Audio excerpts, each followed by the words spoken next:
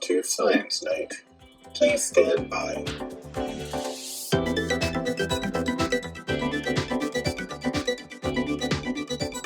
Welcome back to another edition of the Science Night podcast. My name is James, and with me, as always, is Steffi. Hey. And Jason. Hello. I know we've been gone for a little bit of time. It's a whole new year. 2024 is now here, and it's been here for 2 weeks. I mean, we're a little behind the eight ball on this, but it's fine because tonight we're going to check on our darts, clear up some more fusion confusion, talk about whether we have some alien lights or a misinformation fight. We got so much to talk about, so let's do it. Back in 2022, NASA launched the Double Asteroid Redirection Test, or DART, with the goal of seeing what happens when you punch an asteroid in the face with a satellite, which is so cool. This is one of the greatest sentences I've ever written in these copies. They were able to punch an asteroid, specifically Dimorphos, which ended up affecting its orbit fairly significantly, but we still really aren't sure what happened. So, the European Space Agency is launching the Hera mission, consisting of a spacecraft and 2 small satellites, which are going to both orbit and land on the asteroid to see what happens when you crash a spacecraft into an asteroid. So what do we think about this? We're going to see this is like the most human thing ever. We crashed something into it, but we didn't get to see it. So now we're sending an entire mission up just to go look at it. Is Bruce Willis on this mission? That's all I want to know. He should be. Right. I was going to say, I just was watching Don't Look Up again, like a few weeks ago. I know. I was like, yeah, maybe we should kind of figure out these trajectories. So for me, I was thinking about like how fascinating it is when you're trying to predict slamming a spacecraft into an asteroid and which direction it's going to go. Just because we always kind of model these kind of collisions in an ideal sense, like a perfect surface and things like that. So you can kind of get an estimate of like when you impart energy on something, where it's going to go. But then you think about the surface of an asteroid, and there's going to be so many craters because there's so much in space already hitting it and knocking pieces off. So yeah, it really does kind of make sense to get a closer view to see what's going on so we can kind of refine models. Yeah, your point's really important here, Steph, because everything is colliding out in the solar system, right? I mean, that's how planets are formed. That's how, that's basically how everything that we have been able to observe has come into being in some way or, shape or form. And it is a very human thing for us to want to go and see what kind of damage we did, right? I mean, I kind of think of it a little bit like, when young boys start blowing things up and then run to go see what happened, right? I mean, I blew up stuff too. Right. But I'm thinking back in my day, right? We didn't have any girls with us doing that stuff, right? But I actually should have thought of you because you probably blew up way cooler things than I did. You do I it had rockets regularly, when I was a right? kid. For sure, for sure. But that's exactly what we do, right? It's like, oh, let's put this bomb, this firecracker in this thing. Let's light it, and then we're gonna go look at it afterward, right? Like this is just the next step in seeing what we could do, right? I imagine people sitting around the JPL, right, the Jet Propulsion Laboratory, just thinking, all right, we did this. Now we got to go see what we did, right? And sort of geeking out on it. So I love it. I love the idea. I mean, we do that all the time on Earth. We just don't talk about it too much because you can Right. just go to your experiment and kind of measure everything up close. But when Actually, it's that's so a far away, really good point, right? I mean, we don't talk about experiments in space as much as we talk about like observations in space, right? Yeah. This is an experiment. So how do you know whether the experiment was successful or not? You always go and look at the aftermath, right? Like you look at the data. But it's one thing when you look at data from afar. It's another thing when you look at it under a microscope. And this would be the equivalent, right, of looking at these data under a microscope. I am a little surprised that we didn't already have something up there like filming. Just like that could have been the pay-per-view event of the year last year. If we just had whatever, so, send the film crew up in advance. They get the angles, and then you can watch a thing run into an asteroid. I would have That's paid right. for that. We got to scout locations. Yeah. Right? I mean, I just kind of get flashback to I think it takes the right people funding the project and whether you're going to watch it. And then a few years ago, there was a Tesla launched into space, and there was quite a production around that. But didn't run into an asteroid, so No, it did not. maybe notes for the next launch. There you go. That we know of. That's true. Not Right. yet. Has anyone checked on that Tesla lately? Oh my gosh. Could you imagine if that ends up being the thing that like deflects an extinction level asteroid just because it's out there floating around? Elon will be insufferable if he ends up saving humanity because there's a car that runs into an asteroid on accident. Will be. Yeah, I could just Yeah. imagine, and there's cameras there already, right? So we're just gonna see the test crash dummy with its arm waving as it hits the asteroid and knocks it off course. Again, just go rewatch Don't Look Up or watch it for the first time if you haven't seen it. Yeah, we're not partnered with Don't Look Up, but it's a great movie. You should definitely go watch it. Anything else? We're not partnered with Elon either, just to be clear. No. Yeah, we're especially not partnered with Elon. So is Hera an acronym? It's not, is it? No, I it don't is a think so. Greek goddess. Right, but I was just Yeah. hoping that there was an acronym in there too. No. I feel like someone could make it happen. They also didn't really explain why they chose Hera. No. Other than it's probably the European Space Agency's naming convention, and Hera was the next one. A lot of times it's less exciting than what you'd hope.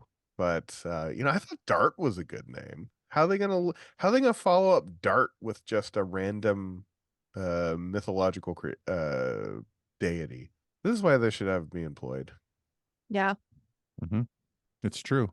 Also, yeah, we probably would lose a podcast host though. Well, I'd be back pretty quick because I think I would be fired almost immediately. So, oh, that's I feel like you could 100% do true. both. Yeah. I can really have it all. You can have it. You can have your cake and eat it too. Yep. Yeah. It's been a while since we talked about fusion, tokamaks, and our favorite state of matter. Steffi, what is that state of matter? It's plasma. It's Don't call it plasma. charged particles or ionized gas. It's plasma. Okay. Hey, now we know. See, that's why we got this segment named thusly. But fusion's in the news with the development of a new tungsten diverter for Korea's K-Star tokamak. And now it's time where I stop talking and hand things over to our favorite fusioneer, Dr. Deem. Dr. Deem clears up the fusion confusion.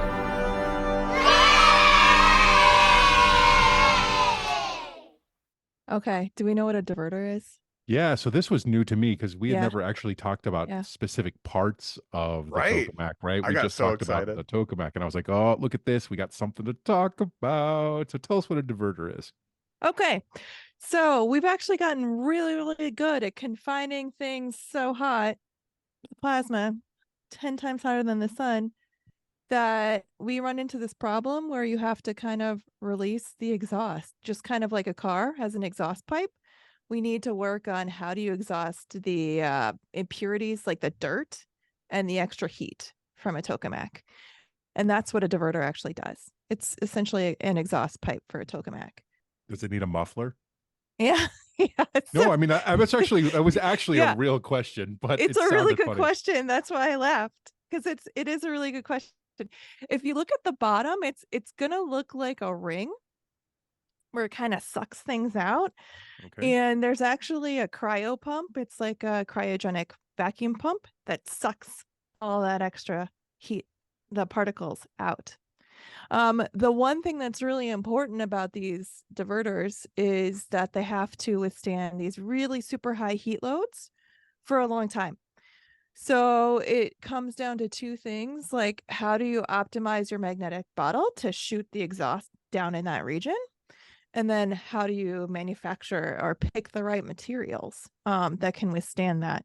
And so that's why it's really exciting for this, because a lot of our experiments right now rely on carbon walls, or many of them, because they can withstand those high heat loads. But then the issue becomes, if you want to put it in a fusion power plant, it traps fuel in there, which is problematic. So that's why we're going to the metal walls. And so that's what this upgrade is using tungsten, so we can go to longer pulses. So I'm really excited. So what material is the diverter in the Pegasus made out of? Oh, yeah, that's an excellent question.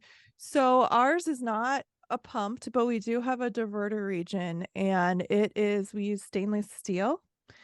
So because ours doesn't have to run so very long, but we actually coat our stainless steel with titanium. We have balls of titanium that we're just putting a current through, and it's evaporating titanium everywhere, because that sucks up any dirt too. So instead of us putting a cryogenic pump, we just have a metal that kind of sucks things out. You just have like Yeah. a titanium haze. Yeah.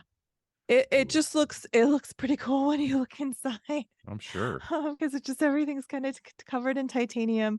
And then the way that the plasma kind of moves dirt around, it kind of deposits it on that surface, so it looks like rainbows, a rainbow metal. Ooh, I love Ooh, that. that's pretty cool. We That's why you use chose it, isn't it? obviously. Yeah. So we Oh. actually call this thin film that has like all this deposited stuff from the plasma on it, tokamackium. Yeah, sorry. Of course Nice. you do. Everyone Of in the course you field, do. that's like everyone in the field, because it's just made up of a bunch of random stuff. So It's made up of tokamak. yeah, exactly. I get it. Yeah. So it sounds to me like you've got a future in cookware development Right, there you go. if this whole Yes. fusion thing doesn't work out, right? Can Yeah, you get yeah. me a frying pan's worth of tokamackium? I mean, it's probably really toxic. Like, it has a bunch of random metals But in. we I don't don't think know. Yeah. we'd have to survey it. The other thing I want to point out that's interesting about these diverters too, because we're going to from carbon to tungsten, is there was a question a few years ago is if we could actually do it. And the reason being is anytime the plasma hits the wall, you get some dirt from that surface to go back into the plasma. And so when they first started running with metal walls, they got really poor performance because metal is heavier or has more protons in the nuclei than carbon. So heavier materials, heavier dirt would go inside, and it would cool everything down pretty quickly. So we kind of had to go back to the drawing board to kind of optimize the magnetic bottles to make sure we're kind of reducing those plasma material interactions. And that's when we got those really impressive results from JET, the Joint European Tours, a couple of years ago, and a couple of other devices too. So it's just another building block, another thing that is making the experiment more efficient. Every time we talk about fusion, I get excited because we're getting another thing that's happening. Yeah, So I mean, there's a lot of things that need to happen. So yeah. Sure. Sorry, Yeah. go ahead. So Shane. this raises an interesting question just about science in general, and that is, Yeah. your experiments never finished, right? Yeah. That's what's interesting. And so, like, when I run a biology experiment, right, biomedical experiment, right, there is an endpoint, and then we look at things, and we may need to run that experiment again, right, to refine it, but it's not the same because there are endpoints. Yours, and so it's easy to decide where the publication of data needs to happen, right? Yeah. In a pretty regular way. How do you decide with a tokamak experiment what is publishable data versus what is not publishable data, and sort of what does that minimum publishable unit look like for you? Yeah, that's a great question. So there's kind of two things that you look for. One, is it a new result? The other, is it kind of giving, well, a new result from your experiment in a different regime, or is it giving insight on some physics phenomenon that you've never seen before? Or the other thing is comparing the experimental data to modeling. Right. That's super important too. So we kind of look at it from those aspects. So within that, we kind of break down to what is the question we're trying to answer. So I'll give an example of mine is, can we actually inject microwaves in my type of experiment without them getting reflected everywhere? So that's kind of a question we're investigating. And then you start to run experiments to kind of piece together the picture. So it's kind of bringing it in from like a prediction standpoint, so we can run models and then follow it up with, okay, here's what we predicted would happen, and here's the experimental data, and to kind of compare that. So it's kind of what we're looking at. The other thing that I found fascinating talking to other scientists is, unless you are in our field, it's kind of like we have this big device we call the experiment, and people are used to, when they're in science, their device that they perform experiments on is just, you turn it on and you kind of change the input parameters of like what you're using to test. But every time we turn on our device, it's a new experiment every single time, because there's so many different knobs that you can change. Yeah, that's interesting because some people would refer to what you have your tokamak as a tool for Yes. experiments, right? And Yep. I thinking of it in line, in terms of what I do or have done in the past. We study muscle mechanics Yeah. in mice and in rats and with diseases, and we want to know whether or not their muscles are strengthening or weakening with progression of disease and so on and so forth. And so we can hook them up to a machine to measure physiology of muscle contractions, right? And there are so many different knobs on that, but it's not a new experiment. It's a data Right. collection tool. Whereas your tokamak is both a data collection tool and an experiment in and of itself. And that kind of Yeah. blows my mind. Yeah. That's why we have to do a lot of repetition at times, because you can get just tiny changes in how you set up your magnetic field, or even in like I use the how same you're parameters every time powering. I set up my Yeah. magnetic field, just to be clear. Right. Right? Because Well, I like uniformity. I like consistency. you must have super fancy power supplies. I'm impressed. Because anytime, and people don't really kind of realize this, anytime you get some fluctuations in power levels in your lights, you can't tell. In ours, because we're making big magnetic fields, you can tell in some places. Oh yeah, you would hate to right? run experiments in my building, because in my building we get flickering power all the time, and Yeah. yeah, it's terrible. It wouldn't be very precise. And we can make it as precise as we can, but every time, there's just some kind of uncertainty at times. Nothing's perfect. Can we also talk about why you had to go to DC a couple weeks ago? Is that something you want to talk about on the podcast? Oh, why did I go to DC? Oh, I got an award. Yeah. Mazel Yeah. tov. Thank you. We're not tell us about talking your to award. just any fusion scientist on this podcast. This is an award-winning fusion scientist right here. Yeah, the Fusion Engineering Excellence Award That's Yeah. awesome. So what for does this 2023. So what does this mean? What does this mean for you? I got to go to DC and I got the award. And There who you gave go. out the award? That's what I'm trying to get at. Oh yeah, hey, Fusion Power Associates. Awesome. Yep. Ooh. Fantastic. Yep. It's kind of It's kind of like an your Golden Globes, organization. right? Yeah, I don't It was know. it don't was think the so. science communication on Science Night that put you over the edge, right? Right. It had to be. It had Uh-huh. to be. I don't want to call it the Science Night bump yet, but There you you go. know, you've never been given this award before. That's I right. have That's a good point. not. That's a good point. That is a good point. Good point. Yeah, Well- and then I got to go to a bunch of museums. I got to go to the Smithsonian Air and Space Museum. Every time I'm in yeah. town, I go to that. It's amazing. Which one? The one on the mall? So I went to the one on the mall. I have yet to go to the one by the airport. and I Oh, you have to go to that really one. want to go. That one is the best. Yeah, It's amazing. that's what I've heard. See, we're just different people. I always go to Julia Child's kitchen every time I'm in DC. That's Oh, I haven't that's been my there. pilgrimage site. Is Julia Child's kitchen. Julia Child's Kitchen and the puffy shirt from Yeah, Seinfeld. Yeah, That's I get true. They do have the it. puffy And shirt. Archie Bunker's recliner. Yeah, they got. I don't care about that, but they got Rocky's robe upstairs. They do. They do. Bill Nye's Oh, Bill Nye's jacket. Yeah, but so science, engineering, and aeronautics is fine too. Like They have sure, they have the Star Spangled Banner, Oh, right? yeah, The one that flew over Fort McHenry. yeah. They also have Rocky's robe. I mean, one of those things is more culturally significant. okay. I'll let the listener decide. In the Air and Space Museum, they now have Spock's ears. Okay, Nice. okay. Yeah. Now I'm back on board. Yeah. Okay, that works. Yeah. Let's just take a minute to reflect on how Spock's ears are in a national engineering museum and listen to a message from a podcast that I think you're gonna enjoy.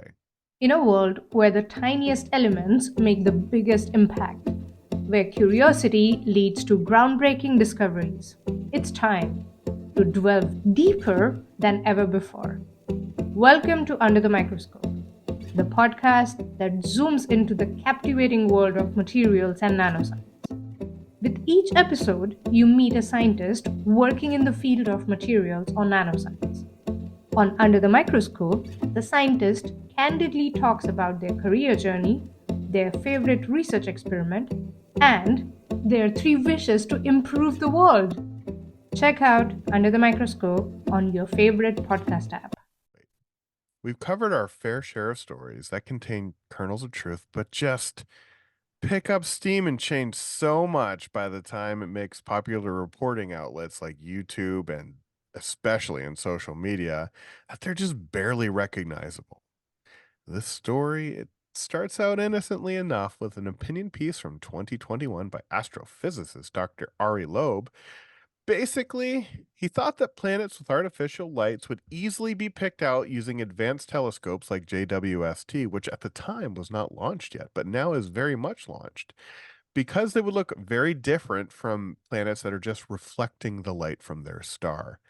And that if there happened to be a civilization on the planet Proxima b, a planet in the habitable zone of Proxima Centauri, which is only about 4 light years away, we'd be able to pick up a city about the size of Tokyo, which is interesting in its own right, that we now have space telescopes that are able to pick up cities the size of Tokyo on a planet that is 4 light years away, if they exist. That's the biggest caveat, Right. if it's there.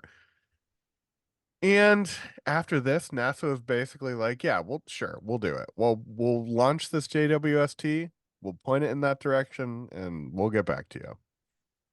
Somewhere along the way, social media spun this issue so much that as recently as last week, you can see a YouTube video and stories on social media that are basically confirming advanced life on another planet.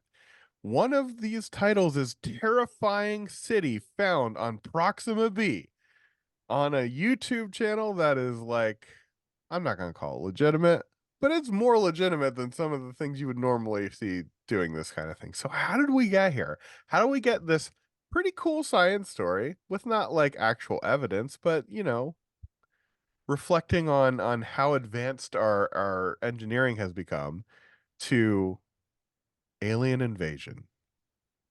Okay. I don't know. I'm I gonna don't know jump how in. we got there. I don't know how we How? got there. Honestly, I don't know how we got there. Do we Steph, think- take it away.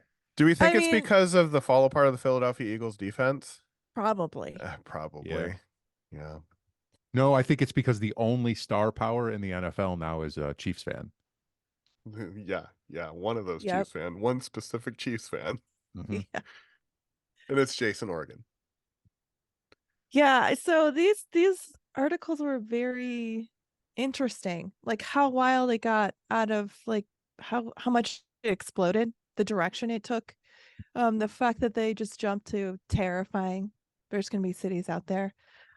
Right. Because really what they were talking about is a different way to measure if you're getting natural or reflected light. Mhm. Or sorry, reflected natural light or artificial light.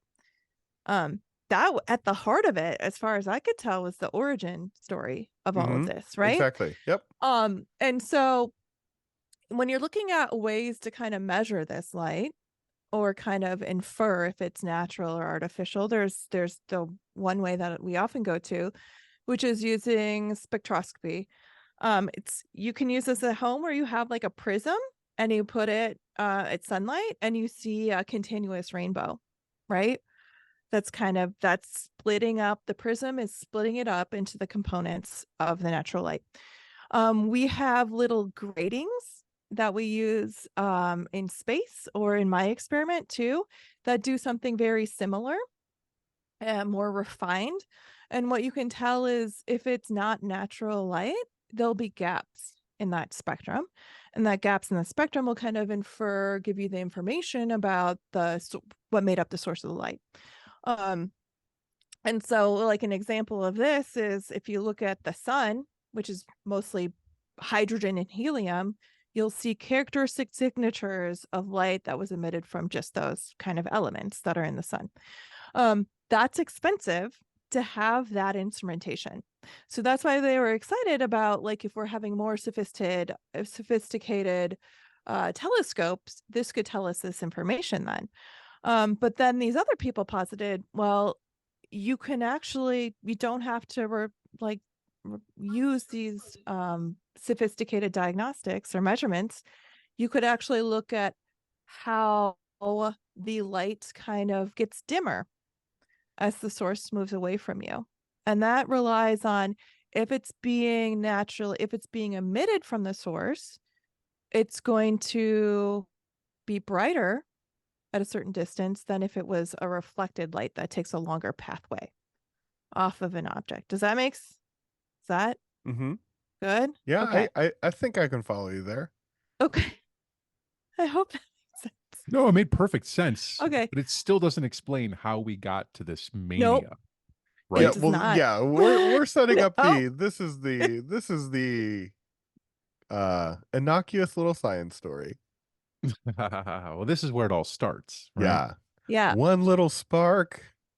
Is there Yes, more? Are you going to sing to us? I'm not Yeah, gonna sing are there aliens in I'm this not gonna song? sing the Figment into Imagination song. If you don't know it, you don't know I it. don't know it. That's right. Oh. Can you still hear that song inside the Epcot? Yes, ball? but it's sung by Eric Idle now. Not the Dreamfinder. Oh, okay. Well, I mean, if you look at articles, sorry, my brain moves all over. If you look at articles that are like, guess what? We found a cooler way to like measure if something is being emitted from a surface or it's reflected versus, oh my gosh, there's terrifying alien cities and we can measure them now. Yes. I love that they're not just alien cities too. They're terrifying. But I guess you deal with this all the time in Fusion, Steffi, because you can release the fact that you've put a little bit of a titanium pan at the bottom of your tokamak, and now people are talking about how fusion energy is within weeks. Yeah, so that's very tricky that we're navigating right now because it takes a long time to develop any energy source, let alone fusion. Okay.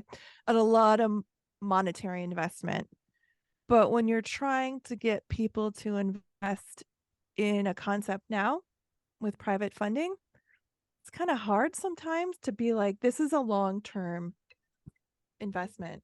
So that's why you kind of promise things that are going to happen just around the corner. Oh, do you actually put that in your proposals? Just around around the river bend. No. No, I just but say this is what we need to investigate. right, and that's very similar to how NIH grants work too, right? I mean, like you would never get funded to Right. do something that you don't already know what the outcome is going to be, right? Or at least have a 90% confidence in what that outcome is going to be, right? And Really? that's yeah, it's terrible. Oh my gosh. That's different, fundamentally different though than the National Science Foundation, right? Which is more of a discovery institute, right? Where you can just do some science for science sake and you have some potential outcomes, right? But you don't have to have a deliverable in the same way. NIH money, because it's directly tied to human health, isn't usually favorable for fishing expeditions, so to speak.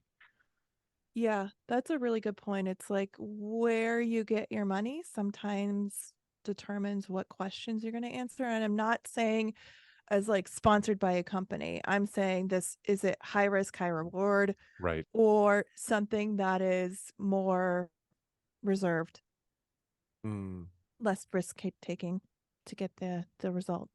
So what we're saying is there's probably not a terrifying space city up there on Proxima B.